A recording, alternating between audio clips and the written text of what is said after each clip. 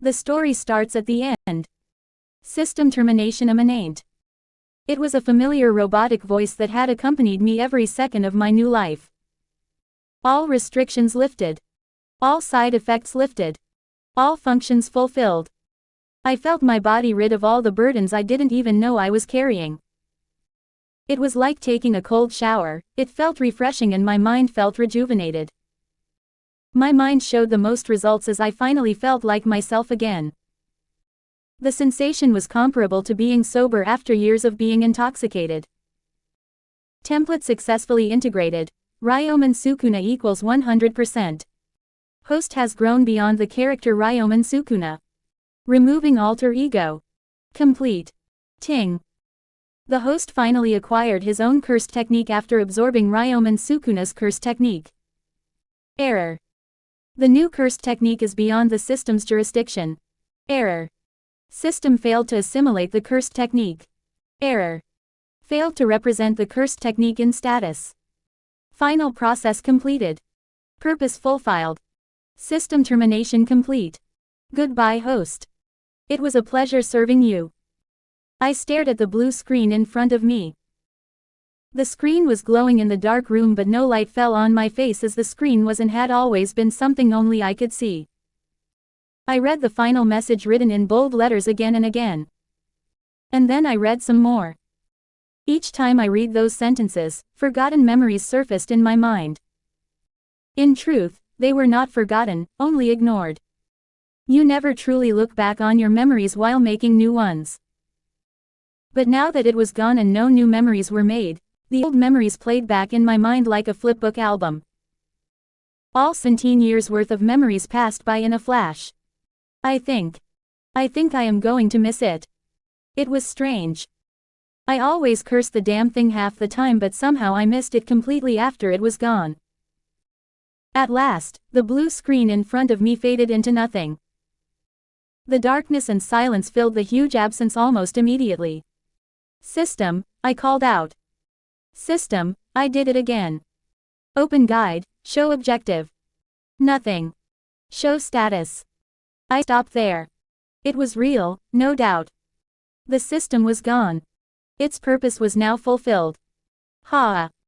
I sighed and ran my hands through my hair, slicking them back while massaging my scalp. My other hands pressed against my face and slid down along my visage. I looked at the 4 hands in front of me. The mutations were because of my so-called quirk. That was the lie I had been feeding almost all my life. But in reality, I took this form because it was the real body of Ryomen Sukuna, an entity I swallowed whole. I absorbed everything he was, including his body, which was now my body just as much as it was his. That was what the template system could do. That did not come without its own sets of challenges though. Sukuna was the worst piece of shit that could ever exist, and he had a massive ego. My 17 years of life was spent wrestling against that ego. It was an unavoidable challenge as I had to become Sukuna in the truest sense to fully integrate him. That included his name, titles, morals, and even his crimes. Only after I became all of those was I able to fully absorb him and was allowed the opportunity to become more. That was the price of power and a test to see if I could handle it. The guides and the objectives bestowed upon me by the system were ways to achieve that goal and mold me into a character similar to the King of Curses. The so-called alter ego was also there to help me become Sukuna. It was the direct influence of the King of Curses, trying to make me yield to his will. It did not mean that I was mind-controlled all this time. If I had to explain, it would be more like being on drugs like meth or being drunk. It started to become noticeable when I crossed the 50% benchmark, and it got worse from then on until now when I fully absorbed the King of Curses and was rid of all influence. It was a difficult journey, but in the end, it allowed me to make my powers my own. Sukuna's power was mine in the truest sense of the words, imprinted on my very soul. It was not borrowed power or stolen power. It was mine. But perhaps all of this was for naught. Because I sensed multiple presences quickly surrounding the building I was in.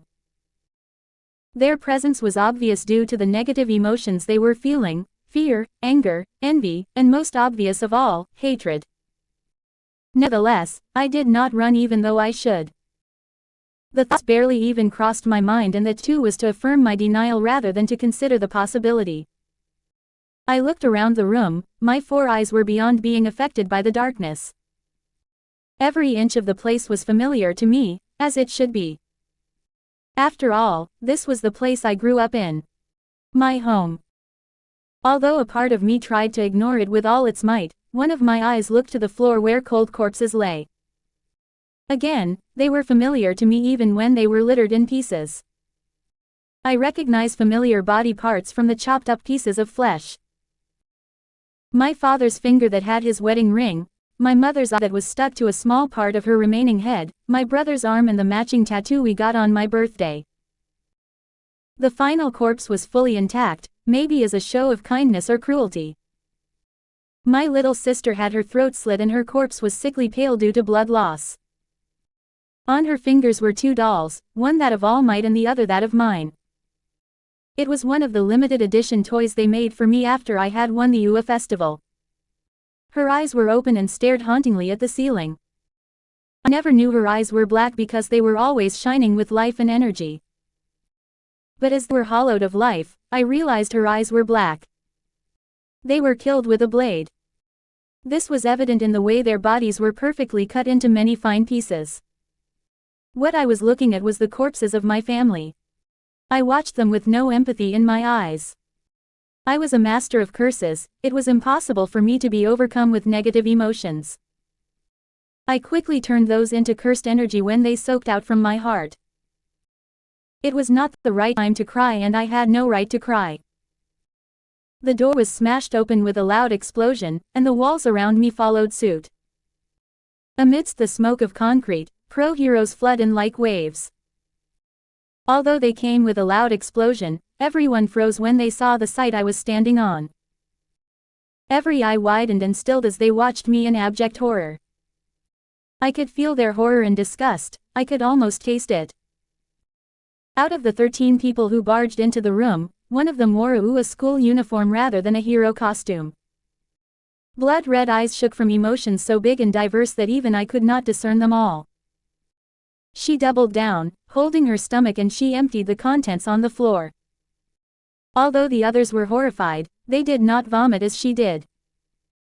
They were more experienced than the students and didn't care nearly as much for the people on the floor. Although they were civilians, they were people who raised the king of curses after all. Why? Why? Why? She screamed through vomit and tears. Although surprisingly, her red eyes glared at me with fury and hatred. Do you not have a heart? How can you? She was trying to say something, but there were no words. Perhaps the language was too limited for a situation like this, or maybe a situation like this warrants no words. You monster, Rumi finally said. Her red eyes glared at me like they had never known me, like we never fell in love. She was only looking at a monster. At last, I found a limit to love. It had taken her longer than I expected, if I was being honest. A monster, a demon. These were all familiar names given to me after people realized I had no quirk but was somehow able to do all the things that I did. She was the last person to call me that, and I think she deserves praise. Her love was true and strong. Unfortunately, it was not strong enough. You can't seriously believe I did this, I said. I knew it wouldn't matter, but I wanted to explain myself. I wanted to tell the truth even if no one believed me anymore. These cuts are from wind blades. It is a cheap imitation to try and frame me, I said, but even I almost didn't believe myself. How could they believe me? After all, there was no lick of emotion in my voice, all my negative emotions turned into cursed energy. But if I hadn't done that, I'd have broken down completely, unable to even explain in the first place. But my truth was an insult to them. Spare your words for the court, one of the pro-heroes stepped forward, but not by much, to avoid the blood stains on the floor. Daigo Arata, you are hereby charged with multiple counts of genocide, the murder of your classmates, high-ranking Hero Commission officials, and even your own family.